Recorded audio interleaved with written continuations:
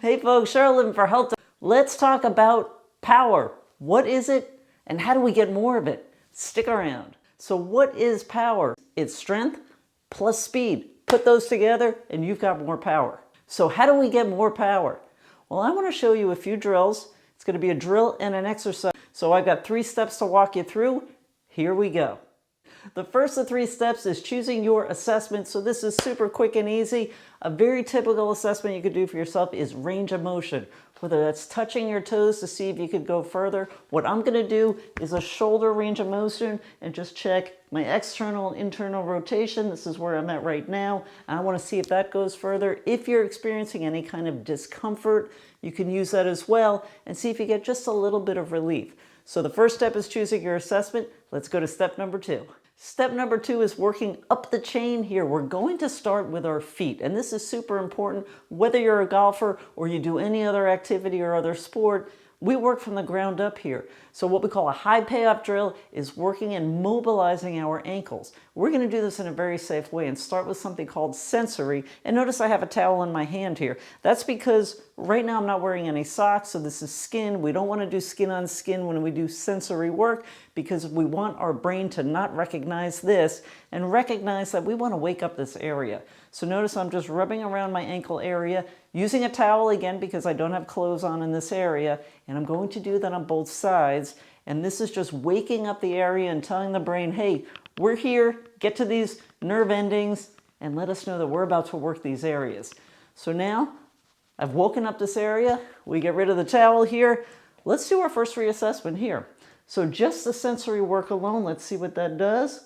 I've already increased my range of motion there and there as well. So internally, I'm already further just by doing that sensory work, just by waking up the brain or telling the brain, this is the area we want to work. So now that this is woken up, we're going to do the next step, which is an ankle tilt.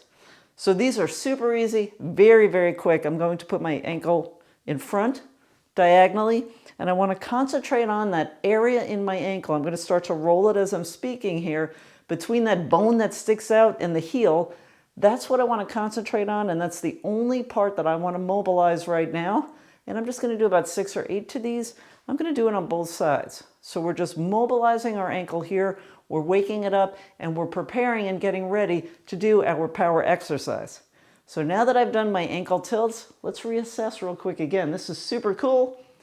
I'm already going even deeper again, and now that's deeper. Let's get to the exercise, the final step. We are going to do a reverse lunge with a twist. We're going to add some speed to it. We're going to get strength. We're going to get speed. It's going to equal power. We're going to get cardio. We're going to get core. We're going to get everything. So here we go. A simple reverse lunge and twist.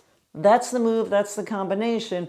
We're going to incorporate some of the variation. This is fun stuff. So lunge, twist, and up. Let's add some speed in there, okay, because we know that's one of the important components. Let's bring in some more core. Let's get some balance in here. I could make this heavier. This is only 4 pounds right now, but I could go a little bit heavier and incorporate even more strength. But doing this on both sides, I'm already getting a little bit out of breath. We're building endurance as well. So there you have it. But when we think about power, building power, incorporate strength, add speed, put them together, and that's going to build you power. Now in this series, we showed you a sensory before mobility drill, and then we did our exercise to really get the most out of it. And one of the things I can tell you is when I do that lunge, I have a little bit of tenderness that's going on in my knee, and I notice starting with that sensory and then mobility, I'm able to go a little bit deeper into my lunge here. So it's really super powerful stuff. If you have any questions or you want to just tell me how you did with this, hopefully you did it along with me, please reach out. I'd love to hear from you. Thanks so much for watching. This is Cheryl, Living for Health.